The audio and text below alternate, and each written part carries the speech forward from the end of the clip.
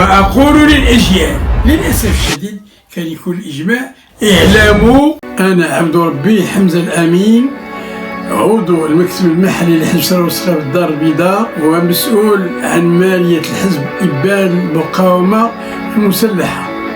والسلام.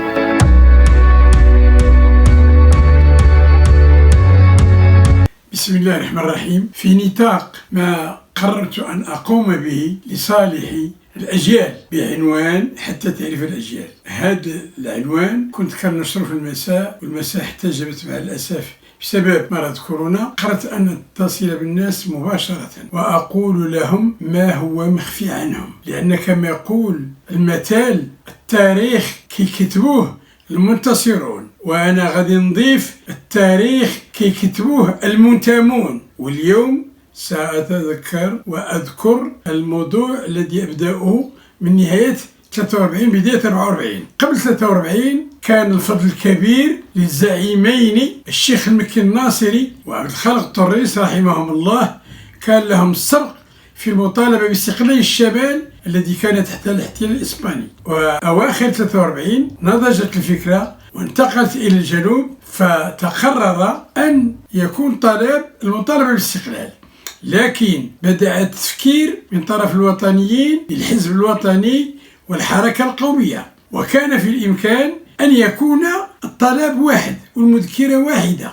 وأخبر الأجيال أن أحد القادة الحركة الحزب الوطني اللي هو الحاج عمر العبزين بعث مبعوث خاص إلى محمد الحسن الوزني زعيم الحركة القومية في إيدزر، فاقترح محمد الحسن الوزني فكرة رائعة بدون كلمة وثيقة أو مذكرة، يكون جمع عام في المسرح أو في السينما، ويجمع الأحزاب الوطنية كلهم وجمع الوطنيين وجمع الإعلام وتستدعوا القراصنة ويعلن جميع المجتمعون مطالبة باستقلال المغرب. أحسن من كل حزب يقدم وثيقة.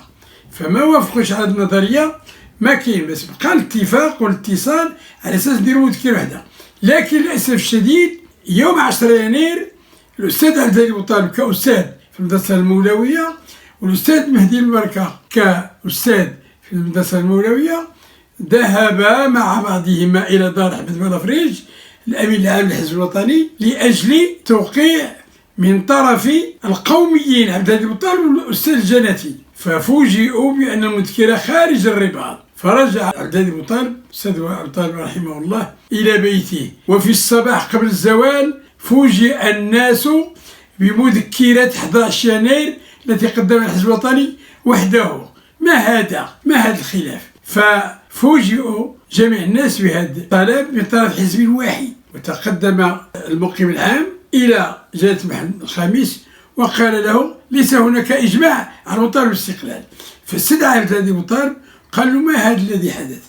فحكى ليه كيفاش أنه وقع الاتفاق غادي يكون نوقع مع بعضنا بعض، وللأسف الشديد قدموا مذكرة دون الانتظار أن نوقع جميعا، وقالوا لنا خارج الرباط وهي ليست كذلك. هذا عمل للأسف الشديد على الأجيال أن تعرفه. هذه بالنسبة المذكرة 11 يناير. ولذلك بعد الخميس طلب من عبد الهادي بوطالب اتصل الشريبي اللي كان هو النائب ديال الوزاري أثناء النفي ديالو، وقدموا مذكرة جديدة يوم 13 يناير. وهكذا كان الإجماع، وأبطلت كلمة مذكرة ديال حزب واحد. للأسف الشديد كان يكون الإجماع أو كانت تكون مذكرة الحسن الوزني أفضل. للأسف هادشي ما وقعش. هذه بالنسبة بداية 44. فهذا النضج ديال المطالبة بالاستقلال بدأنا نتحمس إليه، لأن الحرب العالمية الثانية كانت قريبة من النهاية ديالها، وانتصار الحلفاء كان أصبح بين، وهزيمة المحور بانت. المحور كان به هو ألمانيا وإيطاليا، والحلفاء هو إنجلترا وفرنسا وأمريكا ومع الاتحاد السوفيتي. ولما انتهت الحرب العالمية الثانية كما قلت في الحلقة السابقة، ذهب محمد الخامس إلى فرنسا واتفق مع دوغول ووقع تغيير وتعيين مقيم عام جديد، ودخل إلى المغرب الجنرال جوان في 47 واقترح على الأحزاب السياسية أن تقدم له نظرة جديدة عن المرحلة المقبلة بين المغرب وفرنسا. للأسف الشديد قال له صحفي إنجليزي: لا أحد عنده فكرة في هذا المستوى، الكل يقول استقلال والسلام بدون تفاهم بمذكرة أو بمقترحات، إلا زعيم الحركة القومية اللي صبحت 46 حزب الشورى والاستقلال، والحزب الوطني صبح حزب الاستقلال، قال لي زعيم حزب الشورى والاستقلال هو اللي عنده نظرة ديال التفاهم لأجل تقديم مذكرة في الموضوع. فاقترحوا عليه واتصل بالإقامة العامة واستشار جلالة الملك محمد الخامس قدس الله روحه، وبدأت المحادثات كل جمعة في الصباح كما قلت في المرة السابقة.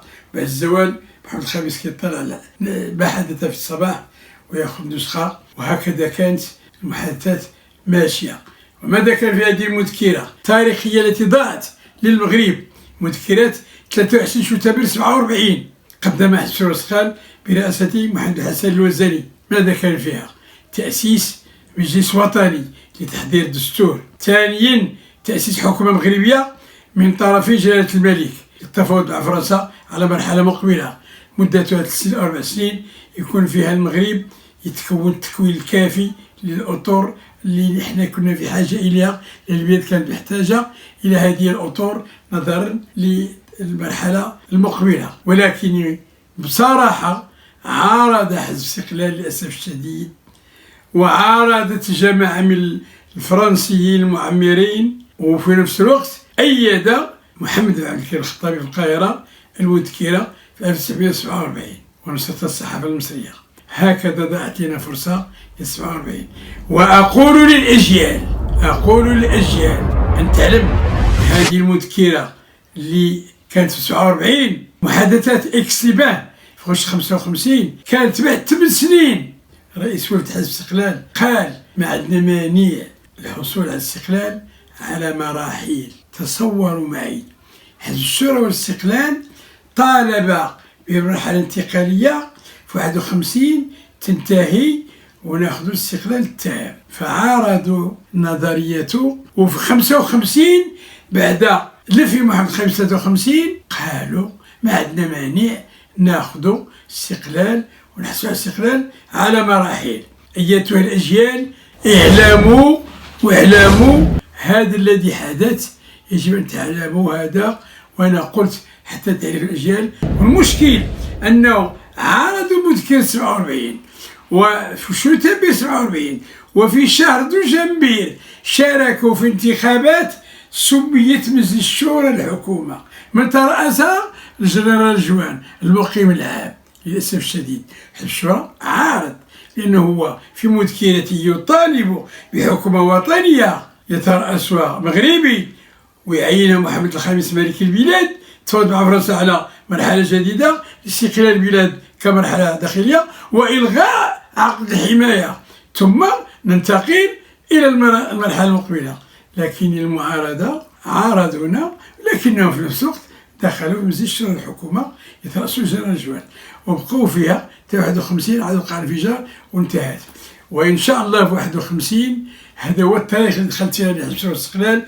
وسأقول لكم لماذا دخلت في حزب الشورى والاستقلال ولماذا اخترته، ما اخترت غيره من الأحزاب، لأنني سأقول لكم الواقع، سأقول لكم الأفكار. تصوروا كل جريدة مكتوب عليها لسان حزب كذا إلا حزب الشورى والاستقلال، جريدة الرأي العام مكتوب عليها لسان حزب الشورى والاستقلال، وتحت منه صورة ديال مجلس النواب، وتحت منها الآية الكريمة: وأمر بالشورى بينهم، وبعدها كلمة عمر الخطاب الخالدة: متى استعبدتم الناس وقد ولدتهم أمة أحرارا. وأطلب الله تعالى التوفيق في الحلقات المقبلة. والسلام عليكم ورحمة الله تعالى وبركاته.